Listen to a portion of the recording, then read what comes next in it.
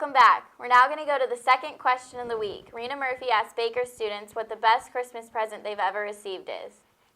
Far the best Christmas present ever was last year when I got Vizio 37-inch HD TV from my parents and my fiance. They all chipped in and got it for me.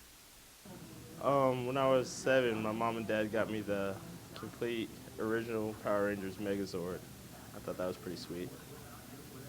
My best Christmas present ever was one of those shoot 'em goals like you play at Dave & Buster's. I got one of those for Christmas, and I think I played that until I broke it pretty much. So that was the best Christmas present. The best Christmas gift I've had is getting a Wii/Rock Band. What was your best Christmas present? Well, Jessica, my best Christmas present when I was about 7 years old, my parents bought me the entire Power Ranger toy set, and I don't think I've ever been as happy as I was that morning. I'm definitely jealous of that. What was yours? I was 6, and I got the Barbie Dream House, and it seemed massive at the time. Well, this may sound a little bit weird, but I'm actually jealous of that. Oh, you should be. Yes, I am. But now I had the opportunity to sit down with Alex Dingman this week and talk about sports chat. Alex Dingman, Zack, Rockey here for the sports section of Orangeline. Let's talk about the basketball teams that had a couple ball games last night. I know you were there helping out for radio. The women's team falling there in Benedictine. Yes. Unfortunately, the women fell 73-62. Turnovers were the key.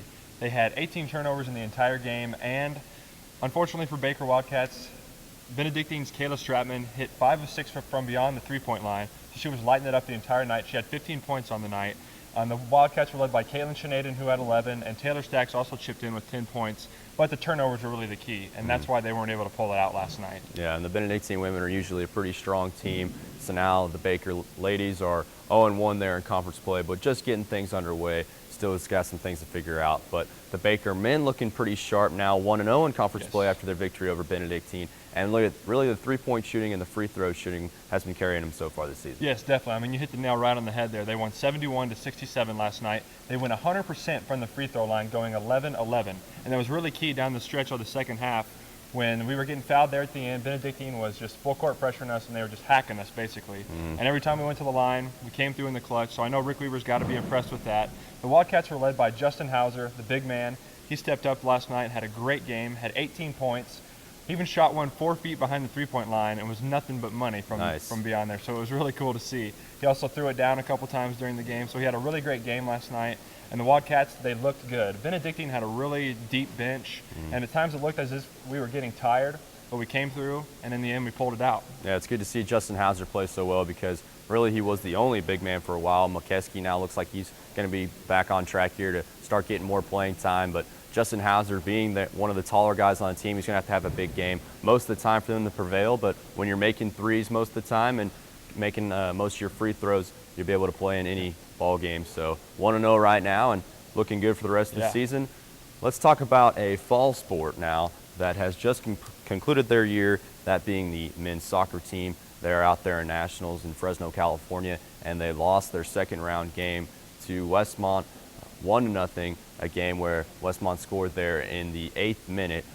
Real quickly, just like a header was sitting there off the top of the guy's head and kind of just rainbowed Burton there as he had come off his line a little bit too far. And then the Baker soccer team had some chances, especially in the in the second half to get a goal there. But the closest one being one that was sent in, and it was right on the line, and somehow they were able to clear it before it went in. So Baker had a couple opportunities, a lot of corners, but couldn't quite punch anything in. So that one goal there at the end of the game cost them that and their season. But it was a great season, finishing as one of the last 16 teams, much like the football team. And now they kind of just had the Wednesday there to enjoy California before they head back and get ready for finals. But a great season, a great year for Nate Hauser, and coaching the men and the women this year must have been a tough task, and to get them into the national tournament was quite the accomplishment. Well, it was just really a great fall season for all the sports. The volleyball team took second in the HAC.